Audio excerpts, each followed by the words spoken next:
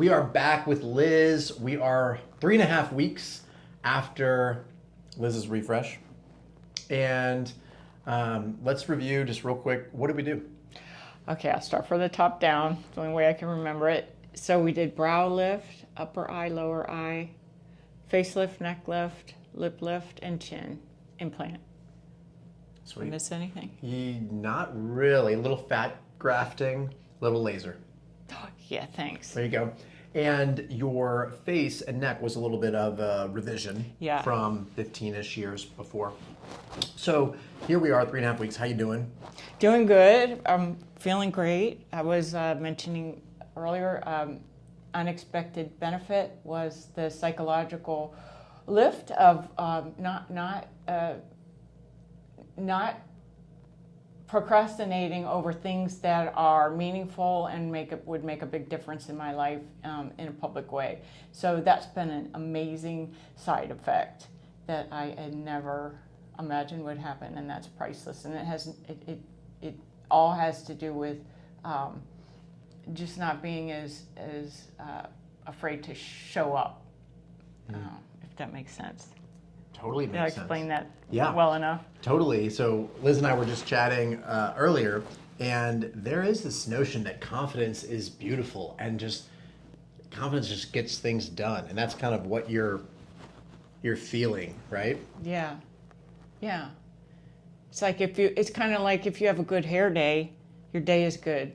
Bad hair day can really send things sideways, but this is light years beyond, and it is priceless. That in addition to what I see in the mirror, what happens in my mind and my emotional motivation and mindset is a super big benefit.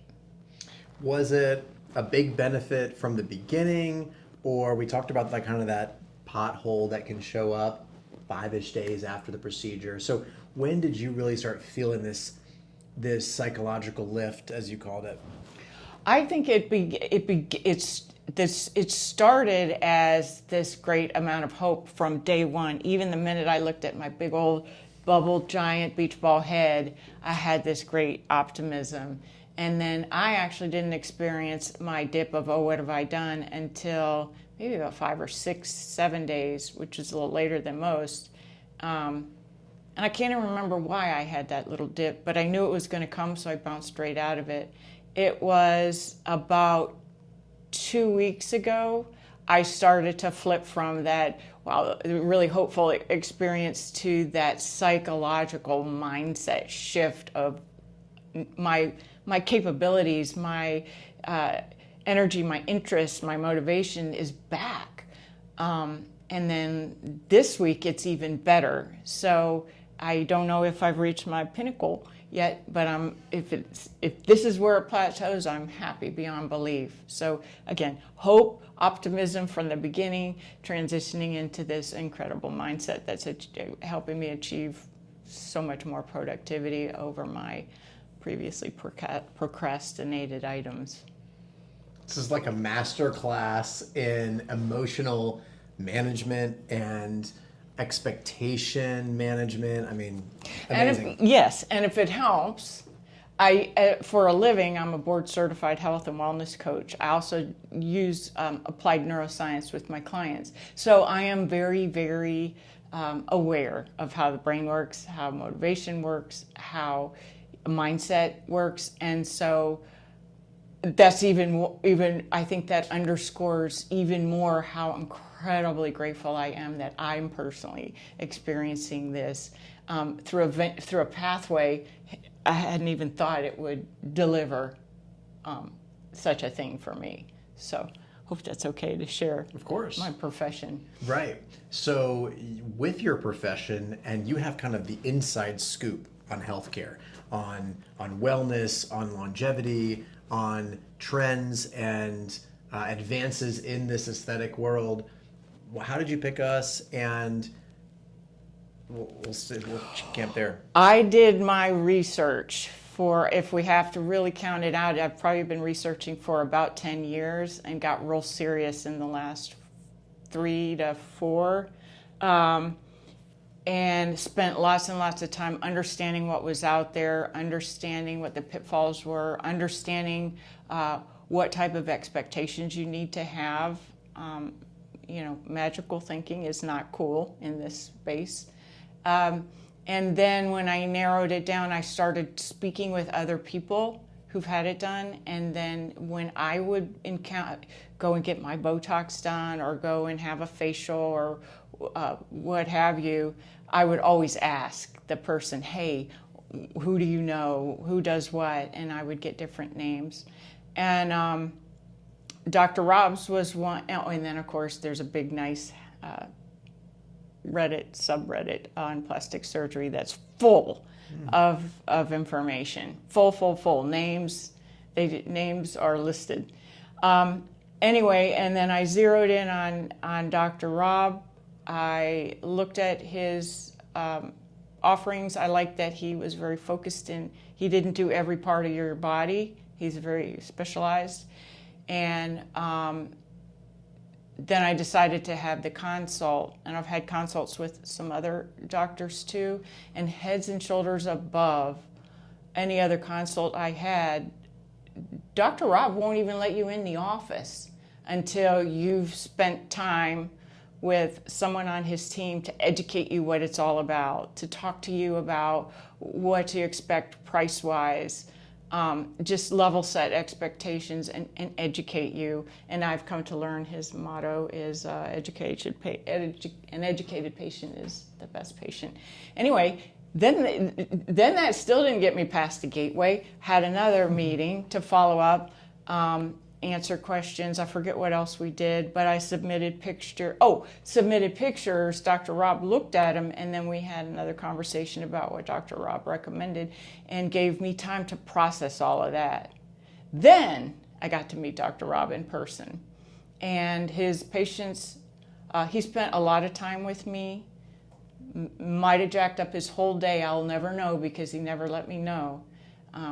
That his schedule, if I impeded his schedule, but he answered every question I had. And as you can tell, I tend to explain detail and ask detailed questions. So that's really it. And finally, he answered every question very honestly, and I'm pretty good at knowing when a medical person is not answering me very honestly. And I walked away feeling that this was the person I was gonna go with. He also has a pretty big Instagram following. Probably following. I didn't check your followers, but he has a big Instagram presence that he maintains, and I did spend some time looking through that and hearing about how he approaches each of his clients. Long story, no, that's but so helpful. Oh, and then you got to find out my older sister, about 10 years ago, had a facelift. She's from St. Louis, Missouri, and the doctor she had it done is very, very well known, and just serendipity would have it. I found out later, even after I selected Dr. Robb and happened to mention to his coordinator, my sister and the doctor she said they knew each other. And so I'm like, well, that famous doctor knows my doctor. Good connection. So anyway, sorry. Yeah. Great. Like-minded hangs. You are who your friends are. So for sure. And one of the big things I wanted to touch on is you kind of highlighted our consultation process. And a lot of people do not like our consultation process, and that's okay. But basically, we only want the patients to come into our office who are educated, who know what's going on, and are ready to go through with surgery, because I do want to spend more time with you. I do want to have the time to stop and just, okay, let's back up. Let's talk about why I do it this way and why I think this is the best way for you. And so the time that I spend with patients is a lot more. We allocate more time and more resources to each patient because I'm not trying to see 1 trillion consults that day. I only want to see a few who are really excited and ready to proceed. And so that's really... So I didn't mess up his day. Nope, you didn't. And it's designed that way on purpose. And so the process really works. So let's come in, and I want to just turn toward me, Liz, and I want to just point out so many little details. And maybe we can put right here a picture of Liz prior to our refresh, where she had already had a SMAS lift, kind of the older way of doing things. But we have our brow lift incision up here, which was kind of a temporal reset brow lift. Our incision is healing just so beautifully around the ear and then behind. You can even see kind of the elevation in the brow. The skin is nice and smooth. And then look at the definition, this 3D aspect to Liz's jawline. All of this is as good as it gets. So glands were reduced and trimmed over here laterally, a lot of deep neck work in the face. She'd already had a little liposuction there in a previous neck and facelift, which is not my favorite thing if you follow us. But this outcome is just beautifully. We did a little, just the most small conservative chin enhancement, and then come the other way. Same thing, I'll go all the way this way. Same thing over here, just beautiful. Your skin looks great, lasered, incisions are hidden. We're 3.5 weeks, so healing well. And then back to the front and just stay close. And then on the upper eyelids, all that's hidden. We did complex fat grafting in the mid-face, temple area, lip lift, refreshes and shortens the lip as well. There are a trillion details that goes into something like this, both on the planning aspect and the execution of the actual surgery itself, but also post-operatively. Liz, you've just been a joy to take care of. A joy. And this is why we do it, is to help patients feel their best. Confidence is so beautiful. Anything else that you now know? What would you tell Liz, who is a month out from the procedure and maybe waffling a little bit, like, should I do this? Should I not? What are your thoughts? I would say if you feel like you've done your work and you've asked all your questions and you found the person you'd like to do it with, you're at the point where it's just a matter of a decision. I would say go for it. I will tell you, and I will share, about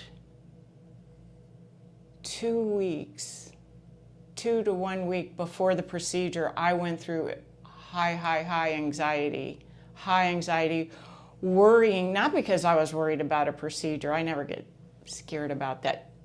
Coming from healthcare background, it is a thing. You don't, it doesn't scare you. But I started to wonder, have self-doubts like, wow, am I being selfish? Am I being vain? Is this a poor use of money? What if I look the same? What if I look the same or worse? All those things. So I would just say, if you have high anxiety, maybe I didn't reach out to anybody.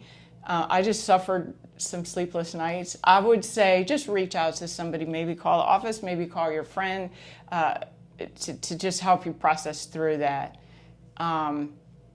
One thing that helped is that you have he has a cutoff. This practice has a cutoff policy that I think it's 6 weeks before the procedure. Check me if I'm wrong. But up to 6 weeks before the procedure, you can change your mind and get your deposit back. And so it's not like you're fully committed. And you schedule it well out of time. So you have time to think. But I somehow, I just let myself go past that time. So I was sort of forced myself to commit. And it was that point that I think I was like, now you lose money, even if you don't do it, so you might as well go ahead and do it and just deal with the anxiety because it's probably normal.